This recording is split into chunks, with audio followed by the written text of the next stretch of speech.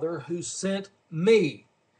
Then in verse 19, what we don't pick up on here is what they was referring to here in verse 19. Then they asked, where is your Father? Basically what they was trying to say here, and this is not very nice, but they was calling Jesus a bastard, is what they was doing. It's like, yeah, Jesus, right. Your mother, you came out of a adulterous, relationship. You don't even know who your father was, is what they was trying to say here, and which is, and then Jesus by the time Jesus begins to work them over, and by the end of this chapter, anyway, let's just flip on over here to the fast forward here. What he says to them. Where's this?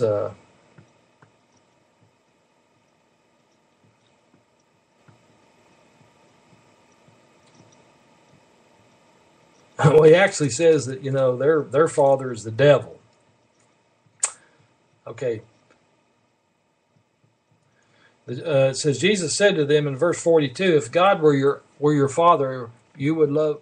If God were your father, you would love me, for I came from God and now I am here. I have not come on my own, but he sent me. Why is my language not clear to you?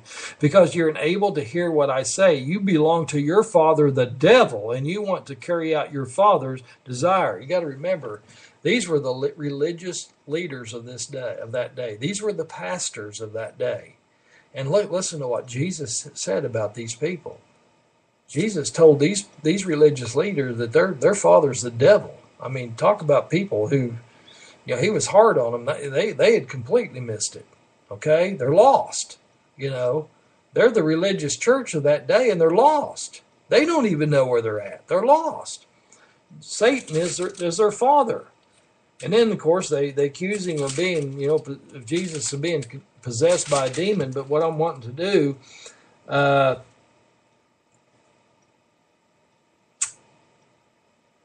In verse 48, he closes out and he says, I tell you the truth, Jesus answered, before Abraham was born, I am. He basically claimed to be around before Abraham was even born. He was the voice in the burning bush. He claimed that, and this is why they got upset at him. At this, they said, they picked up stones to stone him, but Jesus hid himself, slipping away from the temple grounds. So we see that in Exodus chapter 3, that Jesus appeared as an angel of the Lord. All right, and we can also go to Genesis chapter 18.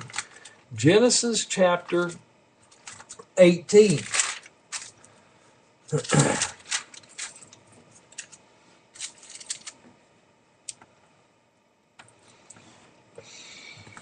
This is an interesting story here, and I would like to just spend just a little bit of time on this because this chapter or two here has got some tremendous truths in it. This is a chapter that these two chapters you really need to go back and explain and understand this. And it says, the Lord appeared to Abraham near the great tree of Mamre while he was sitting at the entrance his tent in the heat of the day. Abraham looked up and saw three men standing nearby. When he saw them, he hurried from the entrance of this tent to meet them and bowed low to the ground. He said, if I have found favor in your eyes, my Lord, do not pass your servant by. Let a little water be brought, and then you may wash your feet and rest under this tree. Let me get you something to eat, so you can be refreshed, and then go on your way now that you have come to your servant. Very well, they answered, do as you say. So Abraham hurried into the tent to Sarah. Quick, he said, get 3 seahs of fine flour and knead it and bake some bread. Then he ran to the herd and selected a choice tender calf and gave it to the servant who hurried to prepare it. Then he brought some curds and milk and the calf that had been prepared and set those before them. While they ate, he stood near them under a tree. And basically, I believe this was Jesus Christ incarnate, and this is 2 angels that are with him. And notice that these angels, they appeared to be real people. They had a physical body, or what appeared to be a physical body. We see that they ate. They took people by the hand, And, so they look a lot like us, evidently. When later on, when these angels, went to Sodom to destroy that city, that they evidently was good looking guys, because the people of that city wanted to have sex with them. I mean, that's how sick that city was. So, a lot of crazy stuff was going on back there that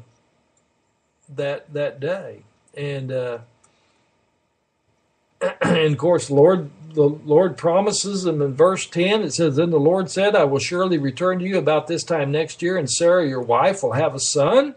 And of course, Sarah was listening at the entrance to the tent, which was behind him, and Abraham and Sarah were already old and well advanced in years, and Sarah was past the age of childbearing.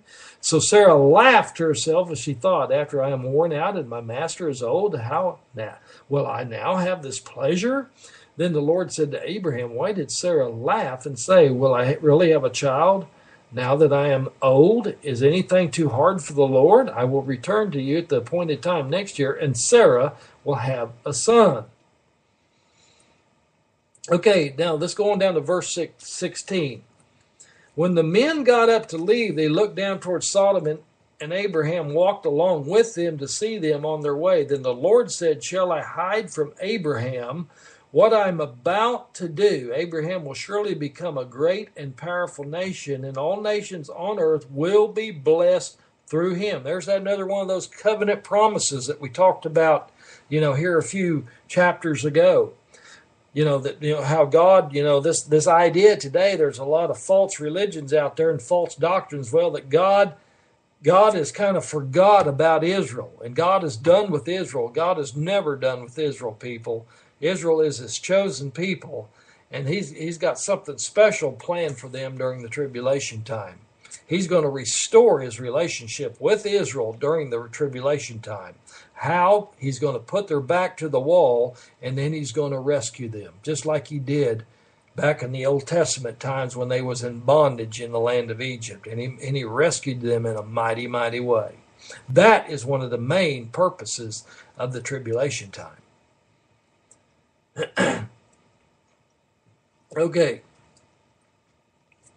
let's chip on over to verse 20. It says, "Then the Lord said, the outcry against Sodom and Gomorrah is so great and their sin so grievous that I will go down and see if what they have done is as bad as the outcry that has reached me, and if not, I will know." Then the men turned away and went toward Sodom, but Abraham remained standing before the Lord. Then Abraham approached him and said, "Will you sweep away the righteous with the wicked?" Now see, when Abraham finds out that God is going to pour his wrath out upon the city for their wickedness, because they don't want to repent. Here's another thing that the Bible shows us here, and I want you guys to understand this. Anytime throughout the Bible where it shows where God is trying to pour or going to pour out his wrath upon a wicked, unbelieving, non-repentant world, God always is concerned about the righteous. Okay? The righteous are always taken care of. And we've talked about this several times, but listen to the statement here that is talked about in the Bible, even in the Old Testament.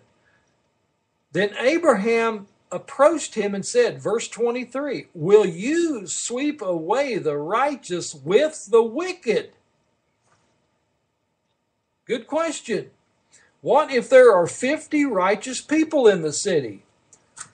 Will you really sweep it away and not spare the place for the sake of 50 righteous people in it? Far be it from you to do such a thing, to kill the righteous with the wicked, treating the righteous and the wicked alike. And this idea, people, which I think that really the church needs to know and to understand, that the church is going to be forced and plunged into the tribulation time. And I'm saying the church, I mean the bride of Christ, is going to be forced to go into the tribulation, and we're all going to be murdered and raped and beaten to death. That's just not true, people. I don't find that concept anywhere in the Bible, and even here. Listen to what's being said here. Far is it be from you, verse 25, to do such a thing, to kill the righteous with the wicked, treating the righteous and the wicked alike. God does not treat the righteous and the wicked the same. Far be it from you, will not the judge of all the earth do right? The Lord said, if I find 50 righteous people in the city of Sodom, I will spare the whole place for their sake. Now listen to that. Well, that seems pretty awesome. If God can find 50 good people, righteous people in this city, he will not destroy the whole city. But it gets better than that. Then Abraham spoke up. Why is Abraham dealing with God here? Why do you think? Because Abraham knows he had family there, people. And he was trying to make sure that his family ain't going to get roasted. Okay, verse 27, then Abraham spoke up again, now that I have been so bold as to speak to the Lord, though I am nothing but dust and ashes, what if the number of the righteous is less than 50? Will you destroy the whole city because, it's 5 less than 50. Will you destroy the whole city because of 5 people? If I find 45 there, he said, I will not destroy it. Once again, he said, what if it's only 40 are found? He said, for the sake of 40, I will not do it. Then he said, may the Lord not be angry, but let me speak. What if only 30 can be found? He answered, I will not do it if I find 30. Abraham said, now that I have been so bold as to speak to the Lord, what if only 20 can be found there? And he said, for the sake of 20, I will not destroy it. Then he said, may the Lord be not angry. Well, it's amazing. Why couldn't Abraham just come out, in the first place said, look, Then he said, may the Lord be not angry, but let me speak just what if only 10 can be found in that city? If 10 righteous people can be found in that city. He answered, for the sake of 10, I will not destroy it. Then the Lord had finished speaking with Abram. He left, and Abraham returned home. Wow. Okay, now I want to go into chapter 9 just a little bit, and there's a key verse there that I want you to see. I want you to see this.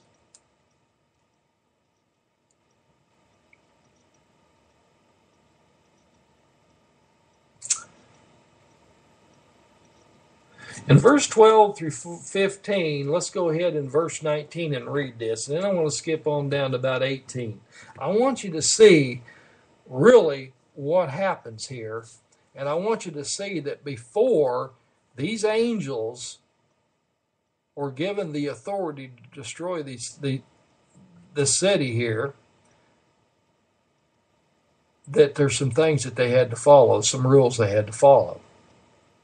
Verse 12, the 2 men said to Lot, do you have anyone else here, sons-in-law, sons or daughters, or anyone else in the city who belongs to you? Get them out of here, because we are going to destroy this place. The outcry of the Lord against its people is so great. And people, the thing that scares me to death is, and I've heard pastors say this for years, and really it's true, when you look at the sins of Sodom and Gomorrah and you compare them to the sins that's in our world today and in our nation today, it's pretty scary, people. It's pretty scary. And, some of the things we're doing today is just, it's got to be sick in God's eyes, people. It's got to be sick. So Lot went out, verse 14, and spoke to his sons-in-laws who were pledged to marry his daughters. He said, hurry and get out of this place, because the Lord is about to destroy the city. But his sons-in-laws thought he was joking. I've tried to talk to people here today, in today's times, and I've tried to tell them a lot that the time is getting short. And I feel God convicted me to tell people. And that's why I'm talking to you guys tonight, because people, I believe that this age of grace is fixing to come to a close. And this is the same thing here, that Lot went out trying to talk to some of his family, and some of his family didn't believe him. And it's the same like this today. Even talking to people in the church, some people think I'm an idiot, and they think I'm joking. They think I'm nuts. I'm crazy. Well, guess what? They did to Lot also, and other people in the Bible too. So, But the sons-in-laws thought he was joking. With the coming of dawn, the angels urged Lot, saying, "Hurry, take your wife and your 2 daughters who are here, or you will